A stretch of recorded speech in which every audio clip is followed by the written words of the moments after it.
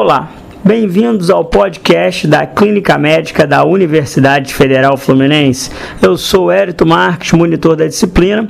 A edição é de Nicolas Peixoto. O nosso orientador é o professor Ronaldo Gismonte. Eu relembro a todos que esse material é de uso exclusivo de médicos e estudantes de medicina, sendo vedado o seu uso por profissionais de outras áreas. Bom, hoje mudaremos o nosso foco, trabalharemos na forma de caso clínico. Então, consideremos uma paciente de 59 anos, feminino, parda, casada, evangélica, residente de Maricá, lugar onde ela sempre morou, e que trabalha e sempre trabalhou como doméstica, tá? Chega pra gente com uma queixa principal de que a barriga crescendo é a queixa principal dela. Na sua HDA, ela relata que há 10 meses teve um quadro de uma perda poderal importante, de 10 quilos, associado a um aumento de volume abdominal, com uma alteração de coloração de pele e da temperatura. Atribuiu esse quadro à perda de familiares, perdeu a mãe, perdeu o irmão nesse período. Mas há cerca de 2 meses procurou uma unidade de saúde próxima da sua casa e lá foi solicitado um exame parasitológico de fezes, um EAS, um hemograma e uma TC de abdômen. Tá? O hemograma chamou a atenção uma leucocitose e uma intensa eosinofilia. Na TC, percebeu-se uma infiltração gordurosa na raiz do mesentério, onde se percebeu múltiplas linfonodomegalias e uma formação nodular com densidade de partes moles no mesentério e no flanco direito, que media 5,8 por 2,1 centímetros. E uma pequena quantidade de líquido na pelve também foi observada. Chega para o hospital, chega para o Antônio Pedro, por exemplo, para avaliação. Na história patológica pregressa dessa paciente, a gente não encontra muita coisa, a não ser que ela não fez uma cirurgia há 30 anos, já fez um tratamento para tuberculose também há 30 anos, mas ela nega doença de infância, internação prévia, nega diabetes, nega que é hipertensa, então ela não tem nenhuma comorbidade, segundo ela. Na história familiar, chama a atenção um pai que morreu aos 56 anos por uma úlcera, SIC. Né? Foi o que ela contou pra gente. A mãe é hipertensa, era hipertensa, faleceu aos 78 anos devido a um AVC. E ela possui 7 filhos vivos e rígidos. Tá? Na história fisiológica, gesta 7 para 7, aborto 0, está na menopausa desde os 50 anos e relata pra gente um ritmo intestinal regular, com evacuação em dias alternados, a diurese sem alterações e tem um sono reparador durante a noite. Na história social, nada digno de nota. Ela diz que não é tabagista, não é etilista, nunca bebeu, nunca fumou, mora numa casa de alvenaria, faz uso de um poço artesiano para cozinhar e tomar banho, tá? Mas bebe água mineral comercializada. Possui gato, cachorro e pássaros que ela relata que já possuíam há um certo tempo, mas que não são vacinados, e fez uma viagem no ano anterior para a região de Campos, no Rio de Janeiro. No exame físico da nossa paciente, a gente viu uma frequência cardíaca normal de 66, frequência respiratória de 18, uma temperatura axilar de 36 e uma PA de 100 por 60 milímetros de mercúrio.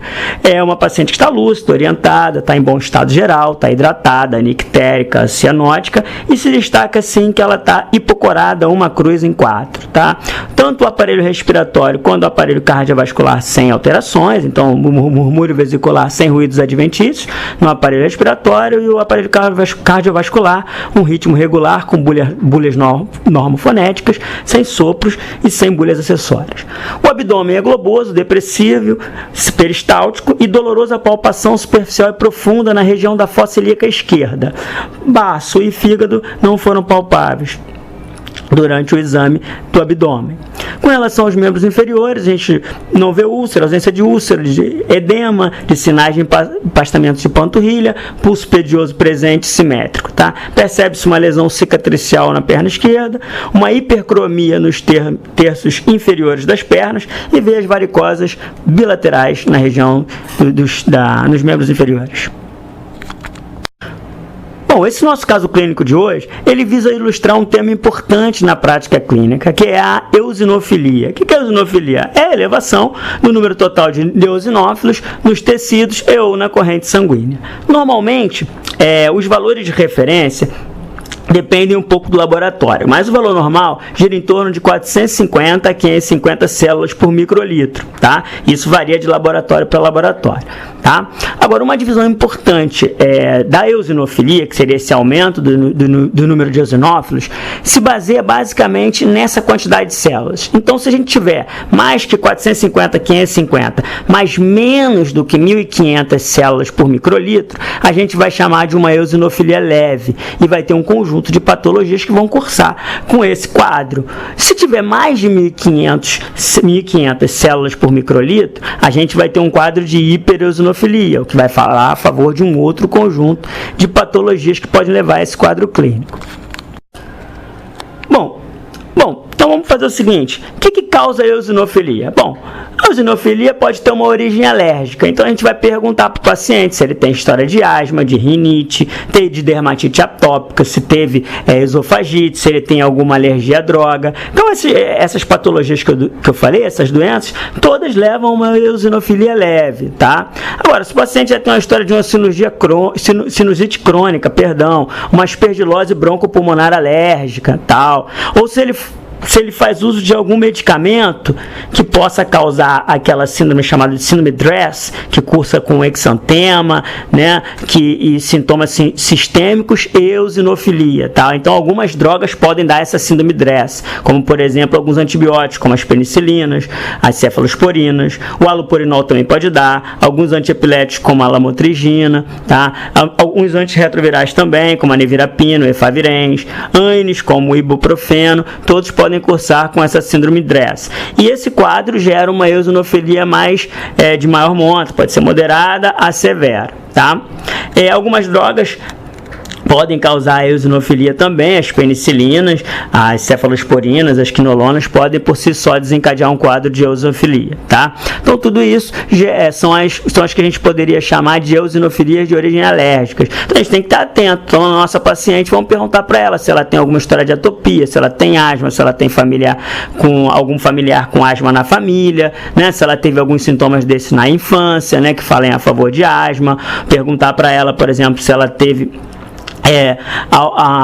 fez algum tratamento recente para alguma patologia. Ela negou tudo na história física, mas perguntar se ela está usando algum medicamento, se ela usou algum medicamento, usou algum fitoterápico. Então, dependendo, isso pode ser a causa dessa eosinofilia. Então, sempre estar atento, né, a perguntar ao paciente que tipo de droga ele toma ou ele fez uso, tá? Porque muitas das condições clínicas que a gente vê são devidas ao uso dessas drogas, tá?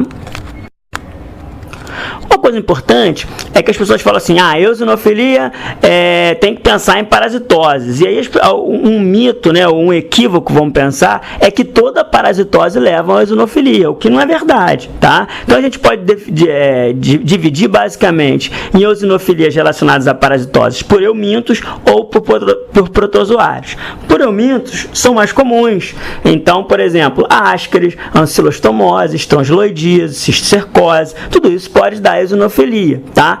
Mais raro, aquela cegueira dos rios, a oncocercose, pode dar eosinofilia. A esquistossomose também pode levar a um quadro de eosinofilia. Então, essas seriam as principais parasitoses, né, que causam eosinofilia, sob o ponto de vista de serem eumintos, né? Eumintos que causam eosinofilia. Podem ser protozoários? Podem, mas muito raros. Isospora belli, Diantomeba fragilis, sarcocídeos. Então a gente vai pensar em parasitoses eumínticas, né, transmitidas por eumintos, mas vamos pensar nessas que eu acabei de citar. Então a gente nunca vai falar assim: eosinofilia, giardia. Giardíase não cursa com eosinofilia, tá? Então são parasitoses, sim, podem causar eosinofilias, mas nem todas. Uma outra causa importante de eosinofilia é a poliangeite granulomatosa eosinofílica. É um nome novo, né, para uma síndrome que já é conhecida, chamada síndrome de Churg-Strauss. Ela acomete geralmente indivíduos atópicos, né, então o paciente pode ter rinite, asma, tal, mas e pode cursar com graus variados de doenças nos seios nasais, nos pulmões, nos rins, doença vascular, né? É uma vasculite, e pode causar também mononeurite. Então, é uma doença que a gente tem que ficar atento, porque pode ser causa de eosinofilia. Além disso, outras colagenoses, na verdade, podem causar eosinofilia, como a síndrome de Jogre, lúpus, tá? Outras doenças também, como sarcoidose, doença de BC, dermatomiosite, artrite reumatoide severa, também podem causar eosinofilia. A gente tem que ficar atento, tá? Bom, uma outra causa de eosinofilia são chamadas eosinofilias primárias. Então, uma síndrome hipereosinofílica idiopática. Então, a gente vai ter, obviamente, eosinófilo maior que 1.500 células por microlitro e associados a dano em órgão-alvo. Se for uma síndrome de hipereosinofílica linfoproliferativa, mesma coisa, eosinófilo maior do que 1.500, geralmente associado a um exantema, um perfil imunofenotipo de células T chamada de aberrante, e costuma responder com a esteroides. Síndrome mieloproliferativa hipereosinofílica, mesma coisa, eosinófilo maior que 1.500, só que essa cursa com esplenomegalia, pode ter complicação cardíaca, trombose. Nós podemos ter também a eosinofilia episódica associada a angioedema. Aí esse paciente vai ter febre cíclica, prurido, urticária, edema, eosinofilia acentuada, aumento de IgM. Então, todas essas 4 síndromes que eu falei são as chamadas de eosinofilias primárias, tá? Então, muitas vezes pode ser útil fazer uma avaliação da medula óssea dessas pacientes, fazer uma biópsia de medula, por exemplo.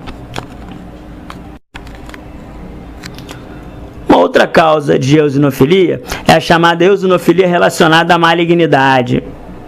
Como é que funciona essa eosinofilia? Quem são as neoplasias que podem cursar com eosinofilia? Então, neoplasias relacionadas ao sangue. Se o paciente tiver uma leucemia chamada de eosinofílica, pode ser aguda ou crônica, linfoma, linfoma Hodgkin, células T, podem cursar com eosinofilia. E outras neoplasias, chamadas neoplasias sólidas, adenocarcinoma do trato gastrointestinal, câncer de pulmão, qualquer câncer relacionado a epitélio escamoso. Então, câncer de colo, vagina, pele, pênis, nasofaringe, bexiga, tá? Tudo isso pode dar também eosinofilia. E o câncer da tireoide também pode cursar com eosinofilia.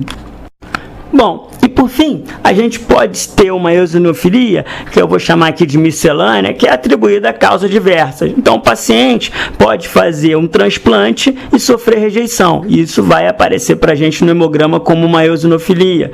Pode fazer uma reação enxerto versus hospedeiro após transplante de célula-tronco, hematopoética. O paciente pode cursar com eosinofilia. Como os eosinófilos são sensíveis à produção de corticoide endógeno, paciente com insuficiência adrenal pode cursar com eosinofilia. E por fim, o paciente está fez algum trauma, né, na aorta ou durante algum procedimento, tal, pode fazer algum êmbolo de colesterol e aquilo ali dá uma eosinofilia. É claro que nesse caso o paciente poderá ter outros sintomas, como palidez de dedos e pés, livido reticular, ter doença renal, aumenta também marcador inflamatório, diminui o complemento.